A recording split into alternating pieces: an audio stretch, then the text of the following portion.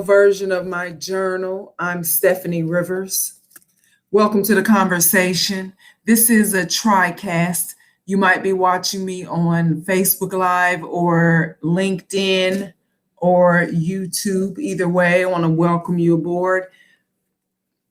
And if this is your first time coming into the conversation, welcome. Be sure to like and subscribe so when I do post videos, you will be one of the first to get notified. If you are just joining the conversation, I want to welcome you back.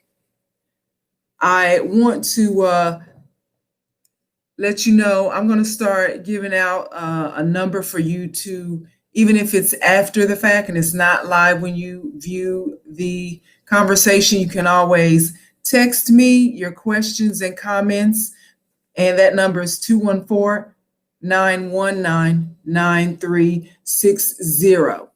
So today we are going to talk about the leaked audio on a Zoom call where President-elect Joe Biden was on a Zoom call last week with a handful of Black civil and political leaders. And essentially, Joe Biden came across as patriarchal. I looked it up, it's a real word. Patriarchal, and like he was the only hope for Black America. And essentially, he said to those people who are disappointed so far in what he has done for Black America, he might as well have said, miss me with the bullshit, because that's the type of tone that he brought to that conversation. Now, I am going to go over some of the things that were discussed, but I'm also going to put the link in the chat. I'll just tell you, I have a written version of the journal, and this is the video version. And when I put those together, I'm going to give you the link. But right here, I'm going to let you know that if you go to Deconstructed is the name of the podcast where you can hear where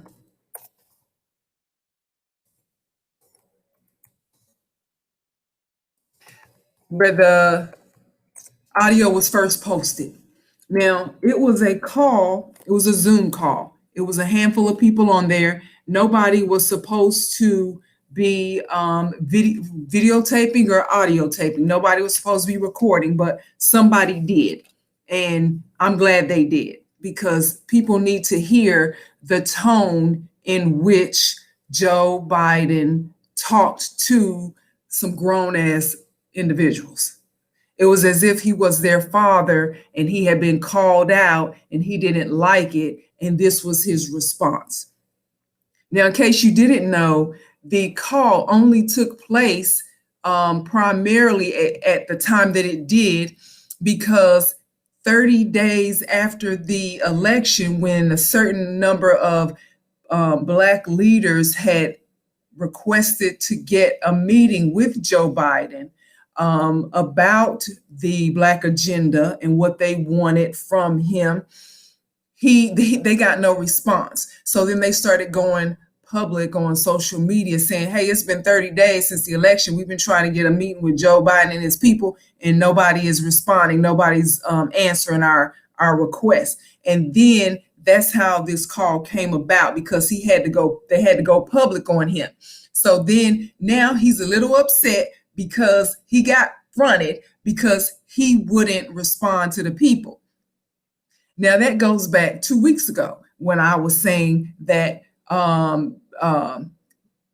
Congressman Jim Clyburn of South Carolina, he was one of the first people to say he was disappointed in the political appointments that Joe Biden had named so far, that had publicized so far. And so at that point in his preparation for becoming for his administration, in my column, I was saying how all that Jim Clyburn had done to get Joe Biden elected, because from South Carolina. That's the jurisdiction that Jim Clyburn represents. He went down there, told the Black people, go ahead and vote for this man. He's going to be on your side. And then they voted for him, and that's what kept his election, his bid alive to become the nominee for the Democratic Party.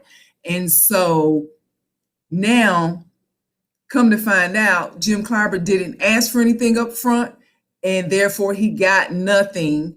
And apparently this group of Black leaders didn't get a chance to meet with or negotiate or demand anything of Joe Biden in advance of, before they went out there saying, vote for Joe Biden, vote for Kamala Harris. And so now after the election, they can't even get the man to give him a phone call back.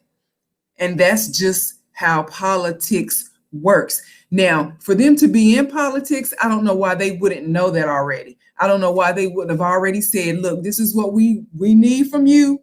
And maybe they did, and he just, didn't. It's kind of like, how people check your credit before they give you a car, before they let you sign for a house, before they give you a credit card. They want to see, when this person gets things up front, how do they act on the back end? Everybody, they should have done a credit check on Joe Biden. Is this something that we can trust him to do beforehand, or do we need to get some assurances before the fact? And it seems to me that they should have checked Joe Biden's political credit, because he came across, like I said, miss me with the bullshit. I've done more for Black people than anybody else. I've done more and to make changes in Congress than anyone else, and check my record. And he just, his tone was that. So here's who was on the call. And again, this was a leaked call, a leaked audio of the call. The call was about 2 hours long. The excerpt that has been released so far is only about 15 minutes.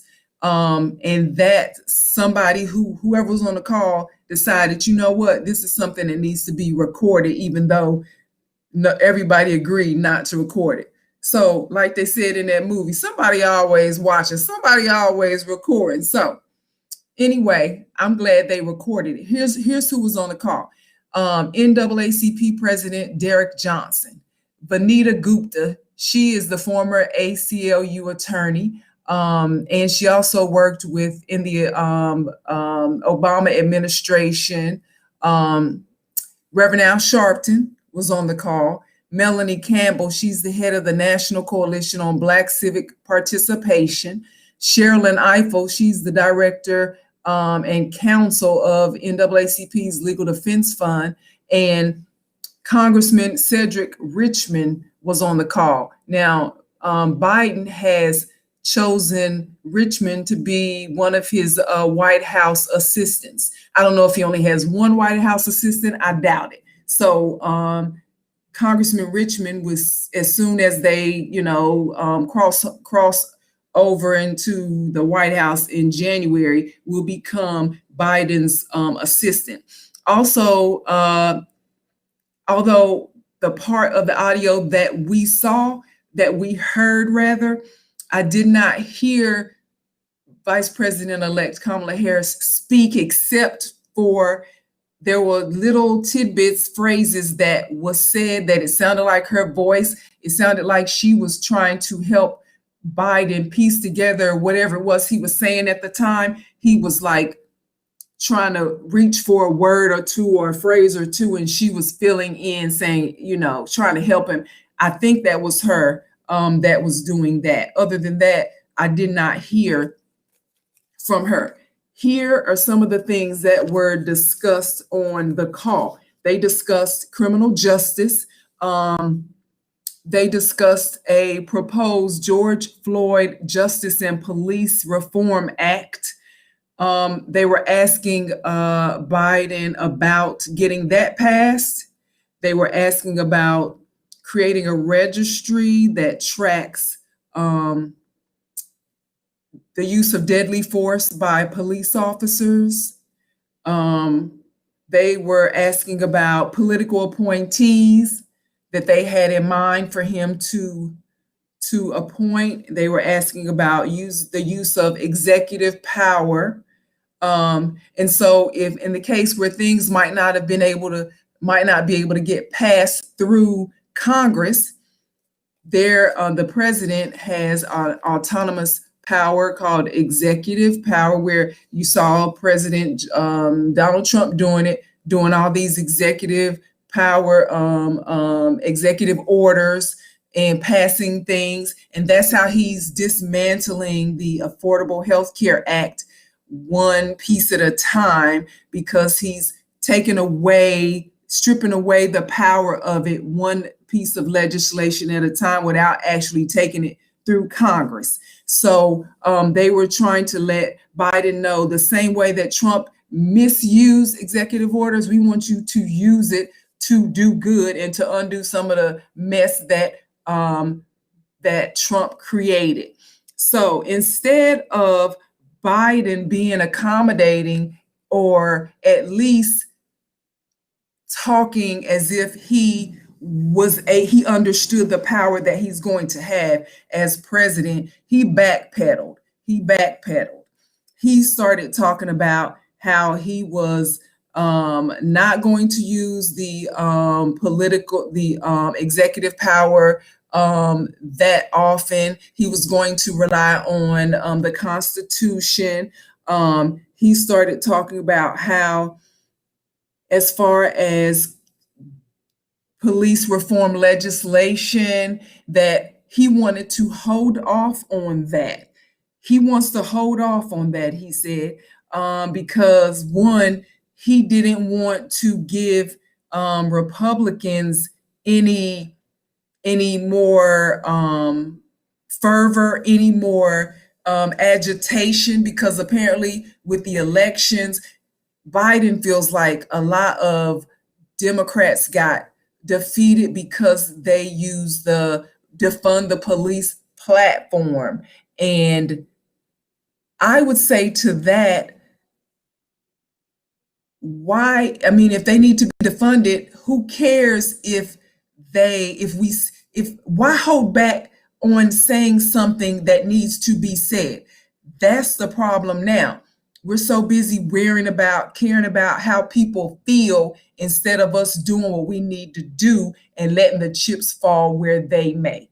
That's my take on it. Now, while I understand you do work strategically, and especially in politics, I feel as if this is another way to tell us to just wait. We'll get to you as soon as whatever, because now Biden, as well as others around the country, are focusing on the 2 U.S. Senate seats that are in Georgia. They're going to have the runoff January 5th. He's saying, oh, we don't want to agitate anybody. We don't want to make it seem like we are just about defund the police. Well, nobody said we were just about defund the police.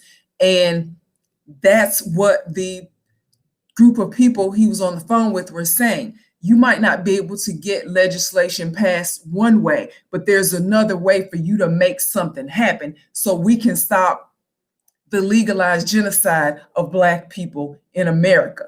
And so Biden's response was, well, we're going to hold off on that. We don't want them to think that we want to defund the police. It's not about defunding the police.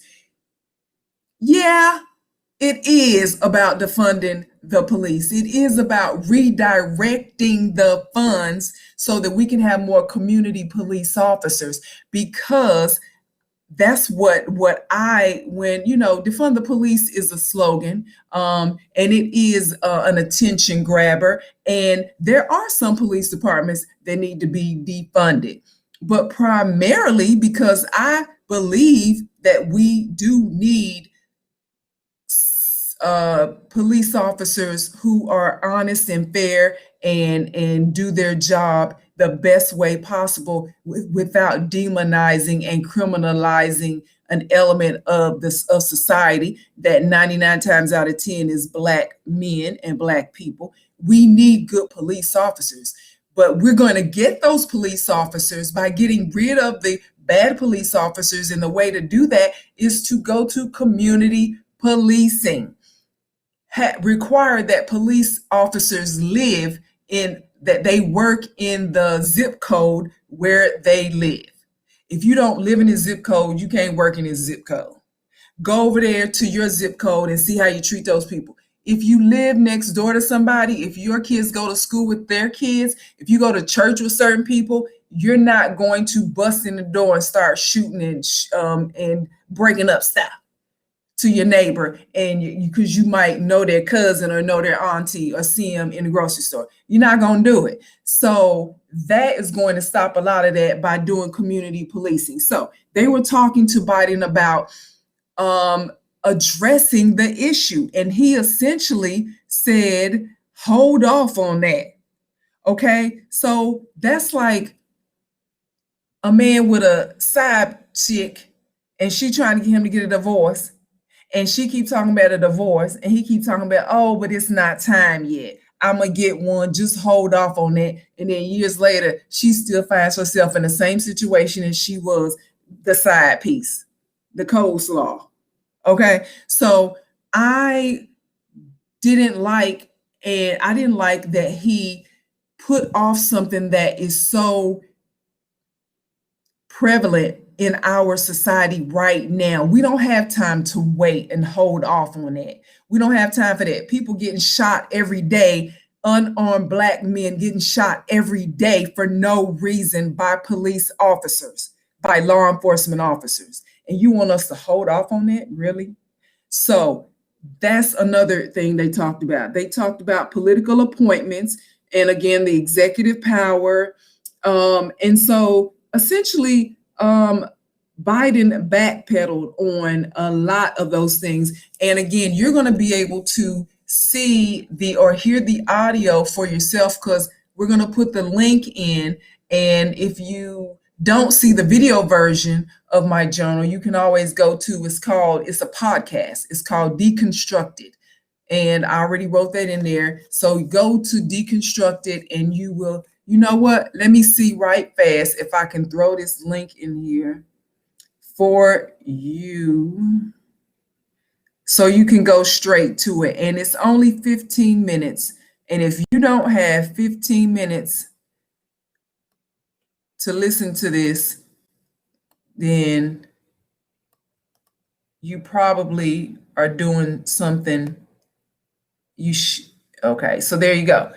I put the link in there. That is the link to where you can hear the leaked audio of Biden's Zoom call with, it says civil rights leaders. I guess you can call them what you want to call them. Anyway, so Biden spent more time talking about what he can't do than what he is going to do. And in fact, he essentially said, and he did say, he said by 2040, Hispanics will be the largest population of non-white people in the United States. Essentially, they're going to outnumber white people. They're going to outnumber everybody by 2040. That's in 20 years. And he said that in response to when, I think it was Derek Johnson, the head of the NAACP, was saying, these are the people that we want you to consider appointing in your administration, because we want visibility. We want a part of the leadership role in this administration. So Biden comes back and says, well, by 2040, Hispanics are going to be the largest non-white population in the United States. So y'all are going to have to work with them, whether you like it or not. Y'all need to be trying to work with them or something like that. So one, he's pitting Black people, African descendants of slaves, African diaspora against the Hispanic population. Two, and he's doing that. Let me go to my second point. And two, he is saying that he cares more about he cares less about pleasing us than he does them, because they're going to be a bigger population than the African American population. And so he's not really worrying about pleasing us, even though we saved his ass, even though South Carolina saved his ass, even though James Clyburn went out there, 80-year-old man, in the middle of a pandemic, asking people of his age and older to go vote for this white man. And now you can't even get him to have a meeting with you. Clyburn wasn't even in the meeting. You mean Clyburn wasn't, well, maybe Clyburn wasn't available. I don't know why Clyburn wasn't in the meeting. But I think if the president-elect asked him to be in the meeting, I think he would have made time for the meeting. So that tells me he probably wasn't even asked to be on the call. And that's how you feel about him after what he did? So, I mean, not that I'm taking up for Clyburn, because, you know, he got people working on his behalf. I don't know what he got. He don't need me, though, because if he needed me, if he had me, we would have some things in place before. So now back to my point about the Hispanic population. Some of us, because I think this myself, when you look at the numbers of people who actually voted for Donald Trump in this past November election, and the number of, it was surprising to me that the number of Hispanics, Latinos, would actually vote for Donald Trump after he villainizes their existence and has disdain for them. Why would you vote for a man like that? Well, one, because a certain class of Hispanics see themselves as being not those Hispanics that Donald Trump is talking about. Oh, that's not me, that's those people. So they too are divided and conquered. So these people who feel like they are superior to other brown people, including other Hispanics and African Americans, they think they're superior to us because they think, oh, they're not talking about me, they're not talking about my family. And so when you look at white people, they know that they are becoming they're not going to continue to be the largest population in the United States. So they are now actively building coalitions with who they think is going to be the largest, which will be the Hispanic community. So that's why they're building coalitions, and they're at the same time disjoining a coalition or not considering the role that African Americans through history have played in this society, because they don't respect, they're not loyal white people, most white people. I know everybody ain't the same, but the ones who are in political power, that's why you have attorneys general who are willing to go against the Constitution, against the voters' will in their individual states, including the state of Texas where I live, and go and vote to overturn the election at the behest of a man who they think has the political power. And it's like, really, we voted, people voted, and you're willing to go and put your number, your name on the line, on the dotted line, saying I'm okay with overturning the election. Really? So you have people who are not loyal. They only go after where they think the power is, and they try to align themselves with the power. So they're aligning themselves with the Hispanic community by making them think, oh, you know, you're going to be in power, so you need to align with us, which means you're better than all those other people. So that's what's going on. So when you hear people like Joe Biden say, and y'all better hook up with the Hispanics because, you know, they larger than you, what does that mean as it pertains to our history in this scenario? You know, numbers, and that leads me to, you know, I do my devotional reading in the mornings, and that leads me to a recent scripture where I read, where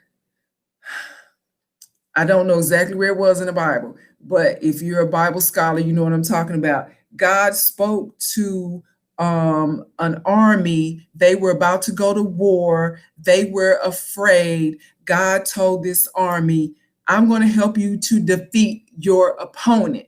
It was maybe like 5,000 of them that they were going to war. And he said, I want you to take your troops to the water and tell them to drink, and watch how they drink. The ones who just put their face in the water and just drank, lap, lap, lap. He said, those ones you need to send to the house. He said, the ones who scoop up the water in their hands and they drink and they looking, because they got like my mama said, keep your head on a swivel. Those are the ones you want to fight with. So he ended up sending half the people to the house. And then he told them there was another division of the troops. He was like, do it again. This is the test. Send them home. He took that army. God took the army of about 200 people and they defeated like 10,000 men. So it's not about the numbers. It's about the fight in that number that you're dealing with. So back to the call. Y'all need to listen to the call. Listen to the call. And I think I just wanted to go over those things. The call was patriarchal. It was his tone just didn't like it. I don't know within the 2 hours if the group of people, if they pushed back or if they stood up for themselves in the community, or if they just sat there and listened.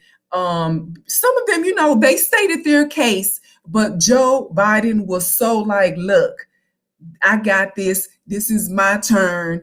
And I'm not really worrying about what y'all worrying about right now. We'll get to that later. I promise you, we'll do the commission. I promise you, I promise you, I promise you. But right now, we need to do this. Okay, they've been promising a whole bunch of stuff, and it has not come to pass. And that's why I ended my last 2 weeks ago when I talked about Jim Clyburn. I ended my column, my video version, by saying we need to form our own Black political party and come up and have our own platform and go forth and let the chips fall where they may. If you over there with the Democrats and that's where you want to be, then that's where you're gonna stay. If you with the Republicans and that's where you are and that's where you want to be, you can stay on over there. But the people who like the two-party platform are the ones who are getting something out of the two-party platform. Black people, we ain't getting nothing out of it. So why are we so showing allegiance to it? So that's it. Just trying to think. If you are wanting to talk to me or ask me questions or give me some feedback on anything that you've heard, you can text me. The number is 214-919-9360. Unless you think I'm giving you out my real phone number, you would be wrong. This is a app. It's an app with a phone number, and so you text me. You can't call me. So just go ahead and text me, and then I will text you back. But we won't be talking until I know who you really are. All right. So to find out more about the things that I care about, you can go to the written version of my journal. That's at eurweb.com. Thanks and have a super day.